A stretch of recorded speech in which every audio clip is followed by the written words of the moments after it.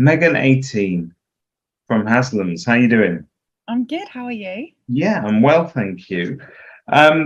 You are well, we're talking today because you've got a submission in for a key influencer piece. Now, I know you, and I know that your first reaction is, I'm not an influencer. Now, we know in the obvious senses of the words that these days, when you talk about influencers, people think about people on sort of social media. And I think we can all say that when it comes to social media and TikTok, you certainly are an influencer. In fact, you now get merch to sell, to sell on TikTok. It's amazing. People want you to endorse their products. And certainly in the property world, I'm sure that's also the case as well. But when it comes to being an industry influencer, the reason why you would first of all sort of try and push against that is because generally speaking, it's for more senior people, and you're quite young as far as it goes, but you've achieved an immense amount in quite a short time. Do you appreciate that, or is that something that still doesn't quite register with you? I don't think it's quite registered with me, to be honest. I mean, I'm actually quite flattered by the fact that you said that I was still young. It's obviously the heavy investment in my skincare regime that's keeping me. It's obviously relative to me, that's all. Well, absolutely. Well, no comment. I think for me, it's when I think of an influencer, I think of all those people on Instagram, like on the beach, looking fabulous. So no, I love that we've got this platform now that we can share about all these different things that are important to us in our industry. So yeah, it's exciting to have that as an opportunity, but it's it does come with a little bit of like, really? Why?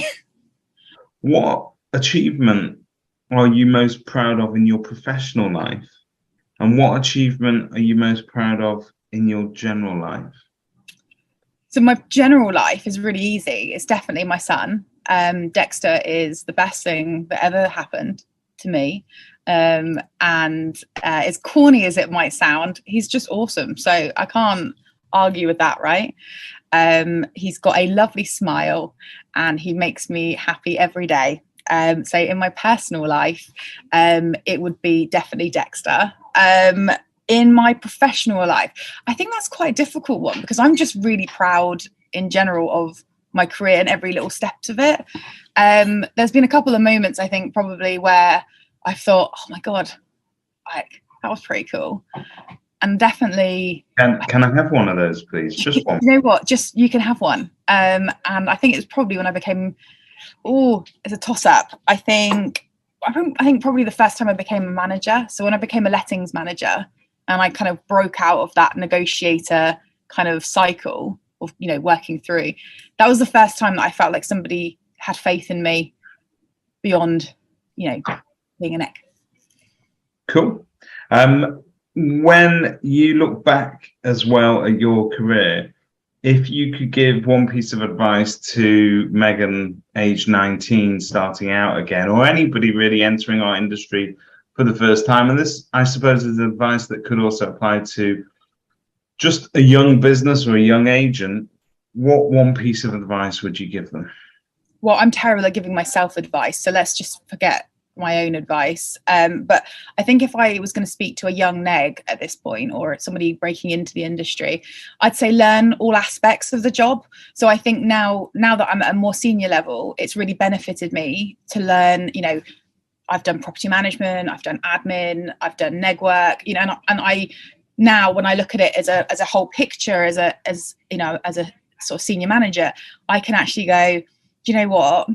That doesn't work because you're not respecting that department, or we're not, working together as a team. And I think you understand all the different cogs if you have been a cog, because everyone's important. There is no person in that office that's more important than the other. In many ways, then, what we're saying is it's probably quite important to have specific focuses, but also when you're running an office, have the flexibility, because sometimes life doesn't go the way that you want it to. And if somebody calls in sick, or for whatever reason, somebody from the lettings department needs to cover a sales valuation, I think you did 3 of them last week, if I'm not mistaken. you need that versatility, and we're in danger if we sort of teach people to be too siloed into just what they're focusing on. They're not going to get that kind of spread of skills, are they? No, I agree. And I think that certainly in lettings, one of the big ones that people skip because they don't want the hassle is being a property manager. But I tell you, if you work in property management for a year, you will treat your property managers like they are the kings and queens of this world. Without going all Watkins sofa on you, because Chris and I have slightly different styles when it comes to approaching this sort of subject.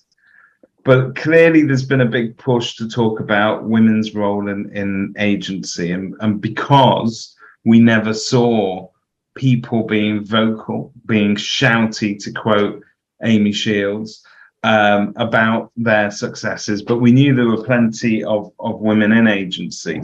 But what I'm about to say is that there's a tendency, particularly from males, when they're describing female characters within the industry, to use the words formidable or strong woman, because they're trying to sort of almost give them, I suppose, almost give them some sort of manly characteristics, if you like, in terms of being a little bit more aggressive, because they need to be formidable. They need to be somebody that you cannot cross and not mess with in order to get as far as their male counterparts. You, however, are very, very nice in terms of your attitude, the way that you deal with people. And so if I were to think of Megan 18, I think of somebody that has achieved an awful lot in their career and is going to go on to do wonderful things and people believe in and they look up to. But I'm not going to call you formidable because you've not got that kind of aura to you. Let me ask you then, can you be nice and still get places in the property industry, or as a woman, do you need to be a little bit more horrible? Well, I think no, I don't think you do. I think I've shown that actually the amount of people that sit there and say to me, just stop being so nice, you included, have told me stop being so nice. I think that one of the issues that we faced as women, and I remember when I became that lettings manager, that I didn't really know what I was doing in terms of, I just suddenly had to manage a team. And what I did is I went down masculine traits. I went into hard, I went into aggressive. And whilst that's not necessarily all traits of a man, obviously, for me it didn't work, and it took me time, and for years I thought I was a bad manager until I sat on a management course, and at the start I said, I just want to learn how to be tougher with people because I struggle. And by the end of it they said, oh, did you achieve that? I said, no. What I realized is actually I don't have to be, that I actually can work with people in a way where they respect me, but they also just don't want to let me down because they know, I said it to a member of the team just yesterday. I said, I'll always be on your good side, but just don't make me not have to be on your good side. And they were like, no, we wouldn't want to, because I bring the sweets to the office.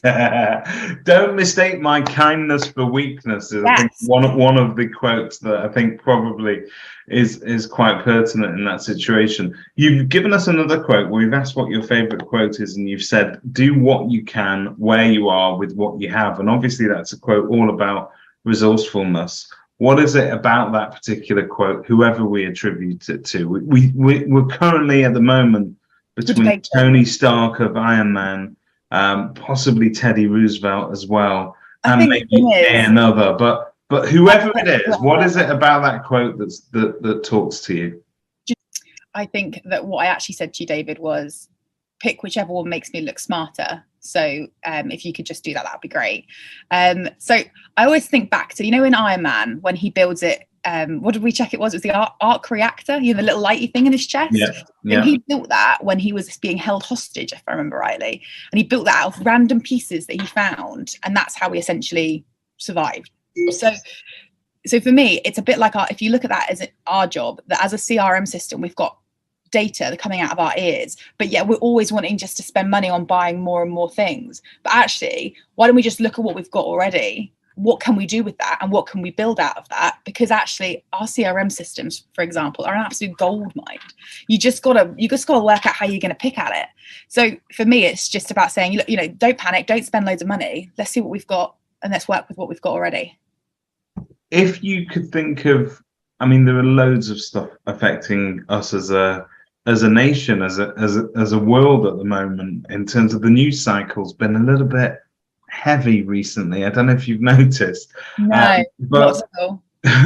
but given that we live in a very uncertain world, our industry it's a smaller industry, but in a microcosm of that little world, if you could pick one issue that is currently affecting our industry that you think we all need to put our heads together to try and solve, what would it be? And you can only pick one, please. I'm going to have to give this to the letting side. And I think that we have a continuous legislative push constantly placed on our side of the business, which is pushing landlords out the market. I think the stats that we put out at Property Mark were 39% across the country we've lost of landlords since COVID. Now, alongside that, we've got a 52% locally, more people looking. So it's no secret of the fact that we're in like this perfect storm where we've got no properties.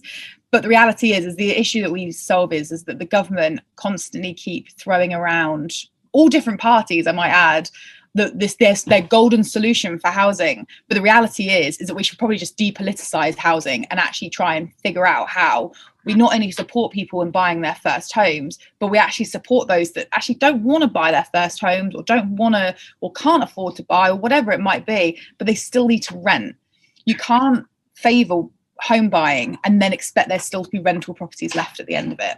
And at the moment, we're not incentivizing landlords to buy back into the market. We're not incentivizing the current landlords to stay in the market, but we're also expecting them to take on more and more legislation and more costs as we go. So it's a very English thing, isn't it, really, to sort of, we encourage our youth, our young, to sort of buy houses as soon as they can. That whole sort of thing of an Englishman's home is his castle is kind of what we were brought up on. And we all, I don't know if you've ever rented a property, but when you do, if you've got sensible parents, they may say something like, what are you renting for? Why are you making your landlord richer instead of getting on the ladder? And we've created this kind of stigma in our markets that really home buying is the preference, and that renting is the much poorer relative for people who just will never be able to make it. And I feel that puts an unnatural pressure on young people these days, especially at the prices that we're talking about. I totally agree. And actually, it was interesting because when I was looking at buying a house, I refused to rent. So, I basically stayed at home until the point I could buy. Now, the reality is that the reason why I could buy is, I did save up a chunk of deposit, but my mum helped me out. And then the reason why I'm in the house I'm at is because she passed away. I wouldn't have any of the houses that I would have purchased if I hadn't had a little bit of support from a parent. But then as parents now, I'm sat here going, I ain't earning like money to put in savings to be giving Dexter a house deposit. So what's the solution here? Because I'm going to have to remortgage my house to buy him one. And we need some creative thinking around that. And some people are quite happy to rent properties, and you're doing some fantastic work there in Reading with your kind of sister brand, I think you're called Mosaic, aren't you? Mosaic Living. Yeah, Mosaic Living. In the build to rent sector, which I have jokingly referred to as the let them eat cake solution to the crisis in the private rented sector. But effectively, let's just summarize that for people. It is offering properties which you would call, in your Megan 18 speak, bougie. You would call it bougie. Whereas I would call them they are upmarket properties. They are usually furnished as quite a decent standard, and they have ancillary services. So they may have a gym, they might have a concierge service, they might have a swimming pool, all the things that you might find in a really nice boutique hotel. And in fact, it's like living in a boutique hotel. But that's a generation of people renting there that want lifestyle. and they don't mind renting lifestyle if they have to. That's a different way of looking at it, isn't it? It is. So when we decided to set up Mosaic, so we pulled in loads of different companies that had their skills to try and sort of, we're almost like the Avengers, I'm going to call it, of the build to rent world. So we've got some amazing businesses all wrapped in there. But the way we trained it out to the staff in a very Megan way, you know me, always very blunt. I was like, if a rental property had a love child with a hotel, this is what we're going to make. It's built to rent. So the reality is that the main lifestyle that we've had in the first build to rent that we've worked in is overseas people. Now you get people that come over to the UK for 2 years on a contract. They don't want to buy furniture. They don't want to buy into the community. They just want the community given to them. And as a sort of Gen Z millennial kind of era that we're kind of in now, we all rent things. We don't buy them. You know, if I can pay over 3 months, hell yeah, I'm going to pay over 3 months. So it's a bit like, you know, you rent your deposit, you rent your car, you know, you rent your property. And actually it's just buying into that new kind of way of thinking. Interesting. Your mum famously has been your inspiration, probably the reason why you're in the industry at the moment. She was a very well-known and well-loved estate agent there in Reading as well. So your mum sadly not with us anymore, but somebody that you always quote as being a massive inspiration in your life. If your mum were to pop back today and she were to walk back into our industry today, do you think she'd find a very different industry to the one that she left? Do you think she'd think we made some progress? No, absolutely not. I don't think she would have at all. When I'm trying to think. So she passed away, 7 years ago. So yeah. Have we got a solution to buying homes and it not being an absolute nightmare? No. Have we got solutions to bringing back people into the market? No. Are deposit sizes still massively high? Yeah. We haven't really, you know, done anything. So those are the issues affecting, say, the consumer angle of our industry. If you were to look at how it is to actually be somebody working in our industry, is it better to be an estate agent? I guess what I'm getting to is, I feel like we're making some progress with our reputation and who we are and our kind of sense of our own sense of who we are within the industry. Has that not improved a bit?